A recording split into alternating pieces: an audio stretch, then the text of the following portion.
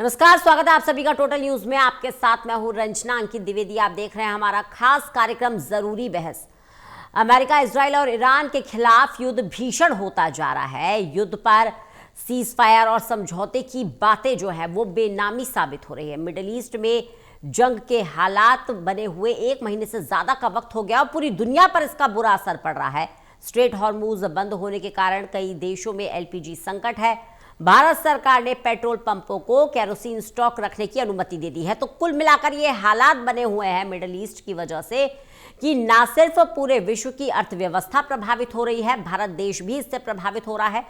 खास मेहमान हमारे साथ जुड़े हुए हैं जिनसे आपका परिचय करवा देते हैं। हमारे साथ रणबीर आर राय जुड़े हुए हैं जो कि रक्षा विशेषज्ञ हैं। इसके अलावा ललन प्रसाद जी हमारे साथ जुड़े हुए हैं, वरिष्ठ अर्थशास्त्री हैं। दोनों ही मेहमानों का बहुत बहुत स्वागत करती हूँ हमारे इस खास कार्यक्रम में। कुल मिलाकर मिडिल ईस्ट के कारण जो हालात बने हुए हैं इससे पूरा विश्व प्रभावित है, भारत की अर्थव्यवस्था प्रभावित है और ऐसा लग रहा है कि जिस तरह से हम विकास की गति को आगे बढ़ा रहे थे अब बैकवर्ड होते जा रहे हैं। जहां हम केरोसिन छोड़कर एलपीजी पर गए थे, सीएनजी पर गए थे, अब दोबारा से एलपीजी की और सीएनजी की बात छोड़िए, केरोसिन पर लौटने के लिए मजबूर हो रहे हैं। ये हालात बन गए हैं। सबसे पहले ललन प्रसाद जी के पास जाऊंगी। सर, आप अर्थशास्त्री हैं, किसी भी देश को मजबूत रखने में उसकी अर्थव्यवस्था का क्या योगदान होता है ये आपसे बेहतर ही शायद कोई समझ पाए। लेकिन देखिए अर्थव्यवस्था किस तरह से चरमराई हुई है। युद्ध के हालात तो बने ही हुए हैं, लेकिन जो हम विकास की राह पर आगे चल रहे थे वो हम बैकवर्ड होते जा रहे हैं। अब केरोसिन स्टॉक रखने की जरूरत हो गई है। देखिए, हालात खैर इतने खराब तो नहीं है, लेकिन हाँ, जो जो कुछ विश्व में होता है उसका असर भारत पर तो होना लाजमी है। और खास तौर से पेट्रोल जैसे आवश्यक पदार्थ, गैस और पेट्रोल जैसे आवश्यक पदार्थ, अगर इसकी कमी हो तो इससे पूरी इकानमी अफेक्ट होती है। ये तो देखिए, ये ऊर्जा का सबसे महत्वपूर्ण साधन है। सारी गाड़ियां आपकी इससे चलती हैं, मशीनरी सब ऑपरेट होती हैं, इंडस्ट्रियल और फैक्ट्रीज वगैरह इससे ऑपरेट होते हैं। और पूरी इकानमी की मशीनरी आप एक तरह से कहें तो ये पेट्रोल और डीजल और गैस और इन चीज़ों पर होती है। घर का खाना इस पर बनता है, होटल में, रेस्टोरेंट में, और सब जगह इससे खाना पीने की व्यवस्था होती है। तो ये बड़ा आवश्यक पदार्थ है और इसके कमी से तो बाकी सारी चीज़ों पर, सप्लाई पर असर पड़ता है, सभी चीज़ों की कीमतों पर असर पड़ता है। अगर तेल महंगा हुआ तो हवाई जहाज महंगे हो जाएंगे, रेल महंगे हो जाएंगे, आपकी ट्रक से और वाहनों से जो माल आता है वो महंगा हो जाएगा। समुद्र के रास्ते से तो जो माल आ रहा है वो महंगा हो गया है और ज़्यादातर तेल समुद्र के रास्ते से आता है। दुनिया का लगभग 61% जो कच्चा तेल है और गैस है ये समुद्र के रास्ते जाता है। बाकी जो है वो कुछ पाइपलाइन से जाता है, कुछ और साधनों से। पाइपलाइन कुछ संयुक्त यूएई ने बनाए हुए हैं और कुछ सऊदी अरब ने बनाए हैं, कुछ देशों के साथ हैं जिससे वो सप्लाई करते हैं। बाकी भारत के साथ अभी तक पाइपलाइन कोई नहीं बनी है और हमारा सारा तेल और गैस समुद्र के रास्ते से ही आता है। और जो सबसे बड़ा हमारा सप्लायर, जो बड़े बड़े सप्लायर हमारे हैं वो सब एक तो बहुत हार्मुज की खाड़ी से आता है हमारा, दूसरा मलक्का की खाड़ी से आता है और कुछ स्वेज कैनाल से होके आता है। ये 3 प्रमुख है कैनाल्स हैं जिनके प्रमुख जलडमरू मध्य जिसको कहते हैं, उनके थ्रू माल आता है। और भी दुनिया के जलडमरू मध्य जिनके थ्रू तेल आता है और सबसे ज्यादा तेल पास होता है ये होर्मुज की खाड़ी से। जी सर। लगभग 20 million barrel per day Hormuz की खाड़ी से आता है। बिल्कुल, और शायद ईरान इस बात को समझता है, शायद ईरान इस चाइना बात को समझता है। यही वजह है कि दबदबा हॉर्मुज पर ईरान ने बनाए रखा है। और क्योंकि राष्ट्रपति ट्रंप ये बात कह रहे हैं कि ईरान का तेल उनकी पहली पसंद है।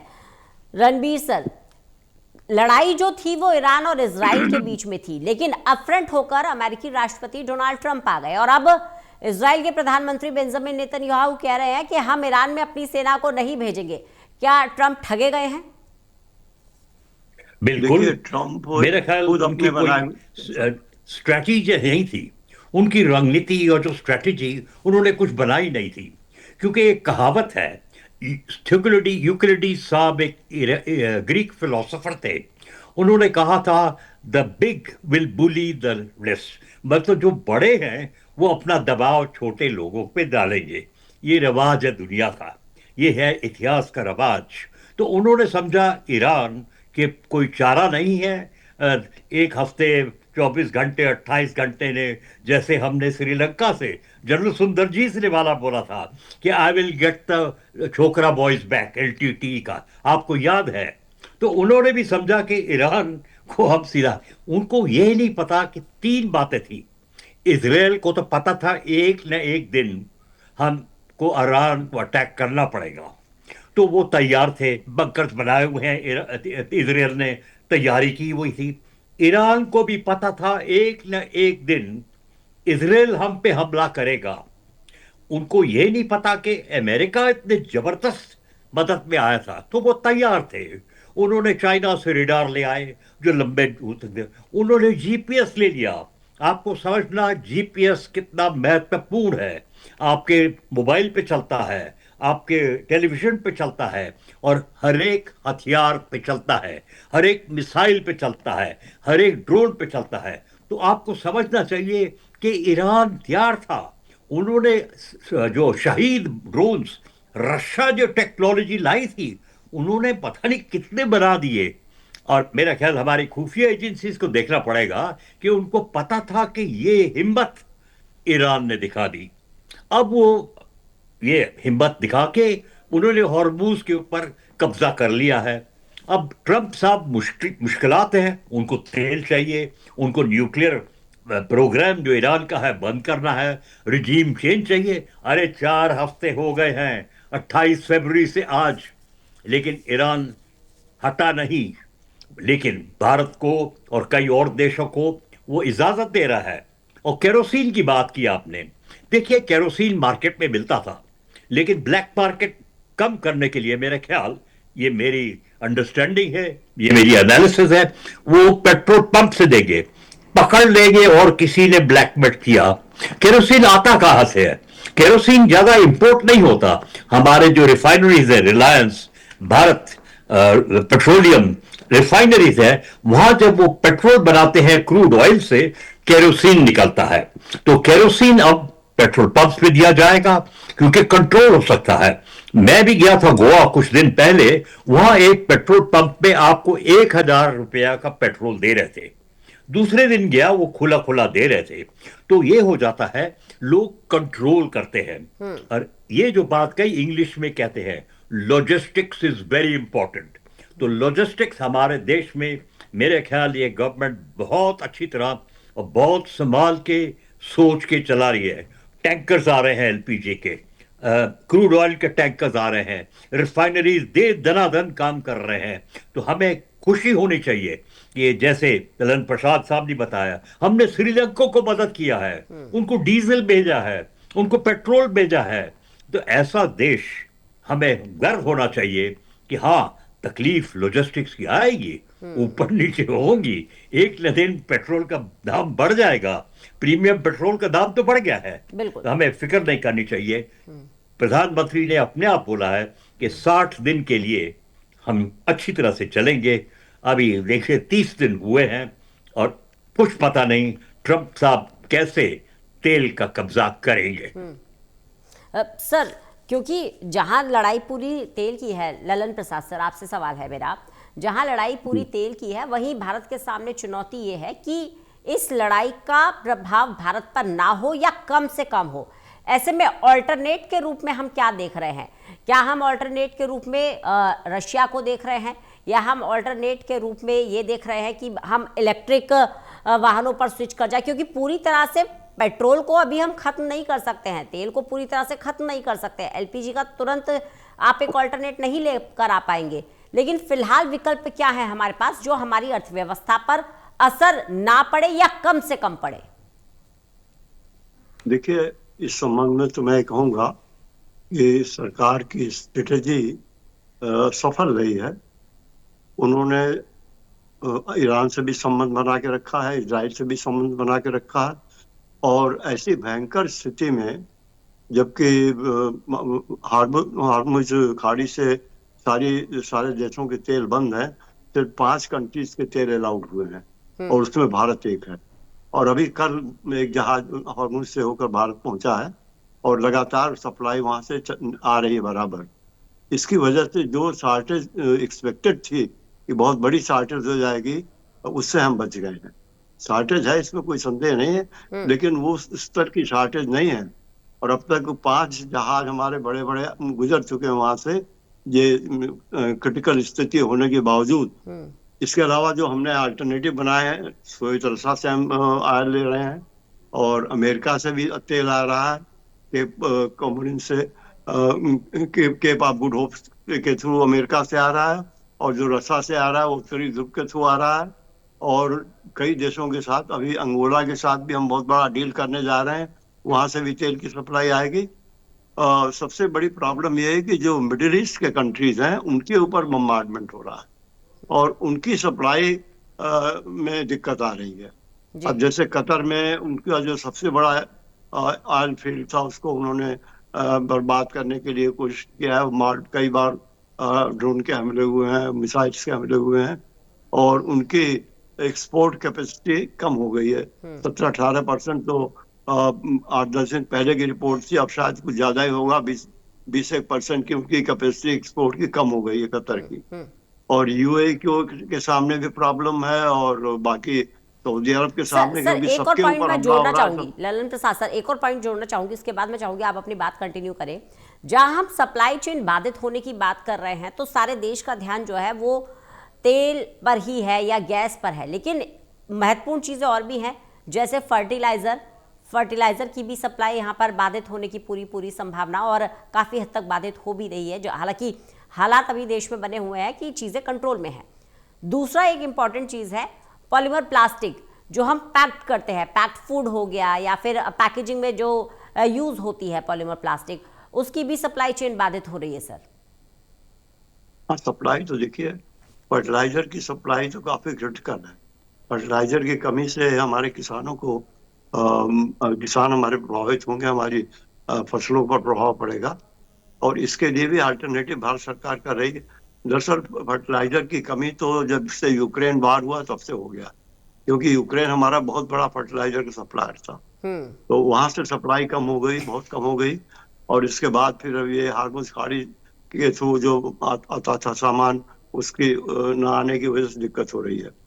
इसके लिए सरकार कोशिश कर रही है और देशों के साथ भी कॉन्ट्रैक्ट कर रहे हैं जहां पर फर्टिलाइजर मैन्युफैक्चर होते हैं। और अभी तक तो कोई ऐसी क्रिटिकल प्रॉब्लम सप्लाई में नहीं आई है, लेकिन हाँ, अगर कोई क्रिटिकल ये लड़ाई सिचुएशन लंबी नहीं आई है, शायद चली यही तो जियो फर्टिलाइजर पॉलिटिक्स की और जियो दिक्कत तो ट्रेड होगी। में भारत की महत्वपूर्ण और स्ट्रांग पोजीशन को दिखाता है। रणबीर सर, अभी आपने एक बहुत इंपॉर्टेंट पॉइंट मेंशन किया था न्यूक्लियर वेपन का, कि अमेरिका ईरान के न्यूक्लियर वेपन्स को बनाने से रोकना चाहता है, उसके परमाणु हथियारों को नहीं बनने देना चाहता, लेकिन यहाँ पर एक डबल स्टैंडर्ड है सर।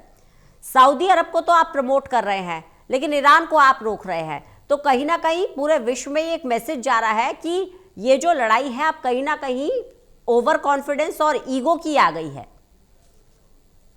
बिल्कुल ठीक बोला रंजना आपने कि ये ओवर कॉन्फिडेंस था, लेकिन हमने जो अपनी फॉरेन पॉलिसी चलाई है, हमारे जो फॉरेन मिनिस्टर हैं वो कहाँ कहाँ घूम रहे हैं, बातचीत कर रहे हैं, तो खुला खुला पता है कि भारत को बिल्कुल कोशिश है कि अमेरिका को समझाए थोड़ा, लेकिन अपना देश को बिल्कुल सुरक्षित रखे। रशिया से तेल और आ रहा है, वेनेजुएला से तेल और आ रहा है, और न्यूक्लियर वेपन के बारे में मेरे ख्याल 400 या 600 किलोग्राम कैसे ईरान ने छुपा के रखा है, लेकिन अभी तक ये नहीं पता चल रहा कि उनके ऊपर उस यूरेनियम के ऊपर या तो दबाव लगाया है, कुछ डैमेज किया है, लेकिन ये पता है उनके मिसाइल हाइफा रिफाइनरी पे लग गए हैं। इजराइल, मतलब उनका जो जीपीएस सिस्टम है मिसाइल में, पता नहीं कितने मिसाइल हैं उनके पास, जो उनके पास ड्रोन्स हैं, और ड्रोन्स में उन्होंने क्या किया, अकेला ड्रोन नहीं भेजा, स्वॉर्म जैसे ये पंछी लोग इकट्ठे जाते हैं। तो अमेरिकी के जो सिस्टम है कितने को गिराएंगे, एक न एक तो चला जाता। और एक जबरदस्त फोटो आया पूरी इंटरनेट पे कि E3 सेंट्री हवाई जहाज अमेरिका का मिडिल ईस्ट में उन्होंने गिरा नहीं दिया, मतलब एयरपोर्ट पे नष्ट कर दिया। बहुत बेइज्जती की बात है अमेरिका के लिए कि इतना बड़ा जहाज उनको सुरक्षित नहीं रख सके। तो अब न्यूक्लियर वेपन की बात, सऊदी अरेबिया की बात, सऊदी अरेबिया ने पाकिस्तान से बात की थी। मेरा ख्याल आप बिल्कुल किसी देश को बहुत रोक नहीं सकते। सर ये एक पॉइंट, हमारा जो एक पॉइंट यहाँ मैं एक मेंशन करना चाहूंगी, मैं चाहूंगी तब आप उसे एलेबोरेट करें, क्योंकि हम जब न्यूक्लियर वेपन की बात कर रहे हैं, एटॉमिक पावर की बात कर रहे हैं, तो एक होड़ सी मची हुई है। मैं कहीं पढ़ भी रही थी, पूरे विश्व में एक होड़ सी मची हुई है कि अगर मेरे पड़ोसी मुल्क के पास है तो मेरे पास भी होना चाहिए, तभी हम अपने आप को सुरक्षित महसूस करेंगे। क्योंकि देखा अभी जिस तरह से लीबिया में और यूक्रेन में हुआ और जिस तरह से हालात बने हुए थे, तो अब पूरे विश्व के अंदर हर कमजोर देश हो, मजबूत देश हो, जो ताकतवर है वो और ताकतवर बनना चाहता है, जो कमजोर है वो अपने आप को सुरक्षित रखना चाहता है। और ऐसे में सबके पास एक ही सॉल्यूशन दिखता है कि हम अपने आप को एटॉमिक पावर बना ले, परमाणु हथियारों से अपने आप को लैस कर ले। अंजना, ये जो पॉइंट आपने किया है ये बहुत विश्व का पॉइंट है।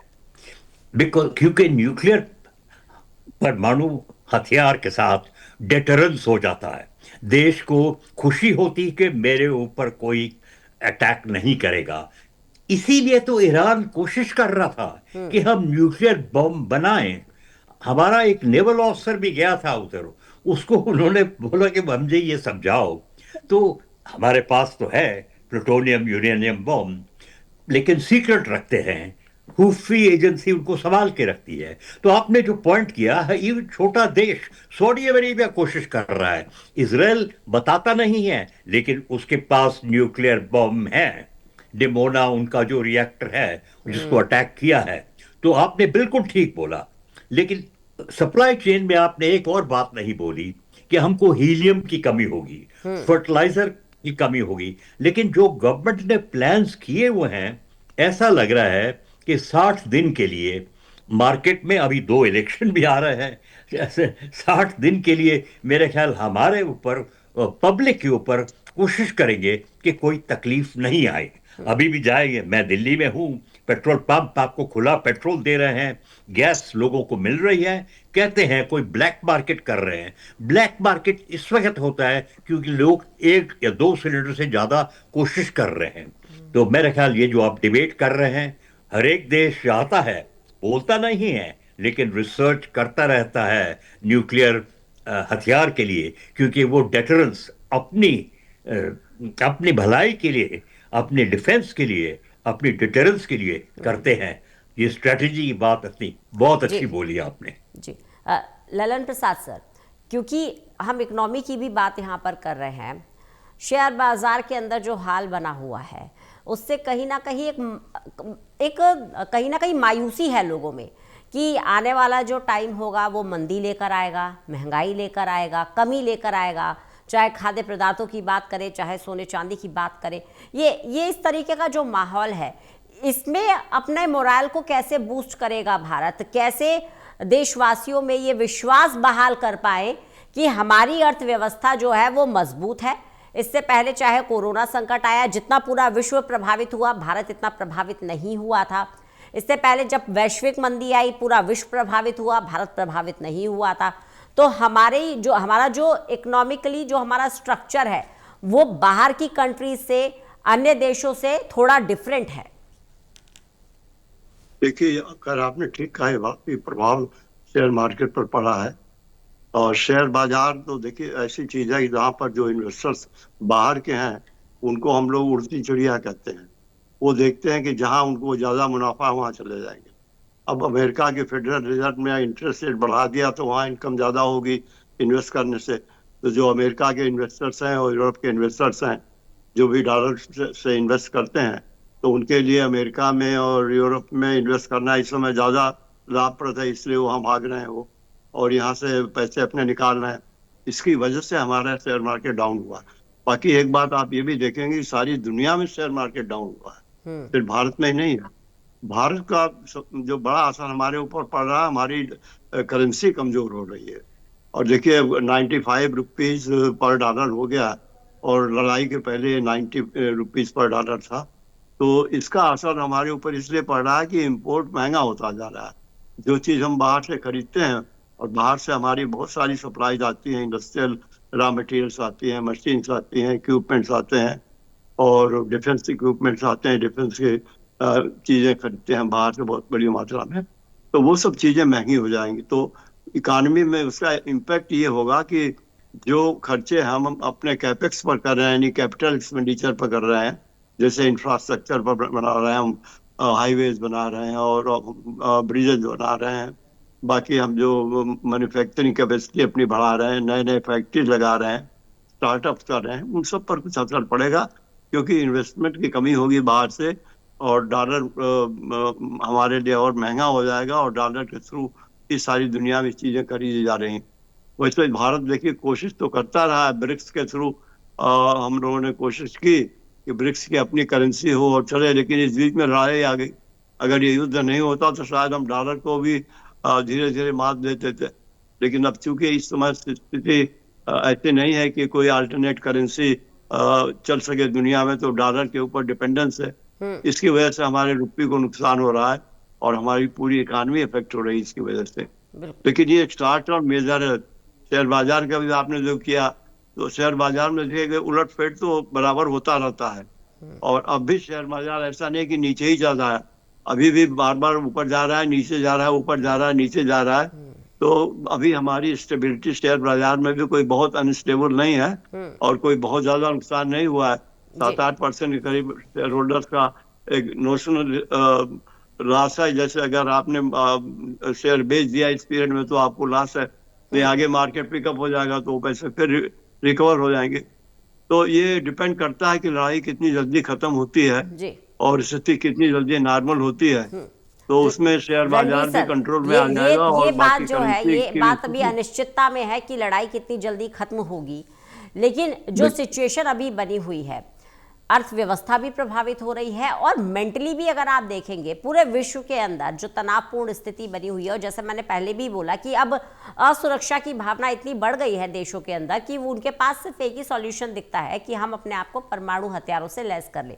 लेकिन सर, इसका असर इंटरनल सिक्योरिटी पर कितना पड़ रहा है उन देशों की जो कमजोर हैं? मान लीजिए यही अगर स्थिति अगर हम जापान में देखें, ताइवान में देखें, उसके पास में चीन में देखें, एशियन कंट्रीज में देखें, मिडिल ईस्ट में देखें, तो जो छोटे देश हैं उनकी इंटरनल सिक्योरिटी को लेकर क्या सॉल्यूशन मिलेगा? क्योंकि इतनी जल्दी परमाणु हथियार बनाना तो किसी देश के बस की बात है नहीं। परमाणु तो देखिए रणवीर सर, देखिए, नहीं, दो बातें हैं।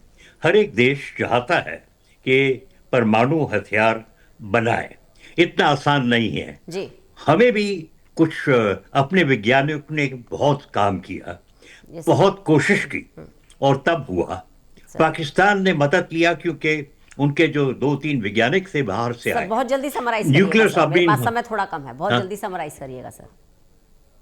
अच्छा, ठीक है, तो ये कोशिश है, लेकिन जब देखिए, अब भविष्य में कुछ पता नहीं है, मैं एस्ट्रोलॉजर नहीं हूं, लेकिन अगर जो लैंड वॉरफेयर हो गया, यूएसएस ट्रिपली आ गई है, और ट्रंप साहब कहता है खड़ग आइलैंड को लेना है और लड़ाई करके हॉर्मुज लेना है, तो मेरे ख्याल और खराब दिन मुझे लग रहे हैं। इतना आसान नहीं है ईरान को दबाने, 4 हफ्ते और लगा रहा है जब ईरान खुद सुसाइडल मोड में खड़ा हुआ है। बहुत बहुत शुक्रिया आप दोनों ही मेहमानों का हमारे साथ जुड़ने के लिए, इस खास चर्चा में शामिल होने के लिए। कुल मिलाकर कहा जा सकता है कि मिडिल ईस्ट के अंदर जो हालात बने हुए हैं उससे ना सिर्फ ईरान, इजराइल और अमेरिका प्रभावित है, बल्कि पूरा विश्व प्रभावित हो रहा है। और यही वजह है कि अमेरिकी राष्ट्रपति डोनाल्ड ट्रंप कहीं ना कहीं ये प्लान भी कर रहे हैं कि जमीनी ऑपरेशन को अंजाम दिया जाए, और अगर ऐसा होता है तो हालात और ज्यादा बिगड़ सकते हैं। खबरें लगातार जारी, बहुत छोटे से ब्रेक ले रुक रहे हैं।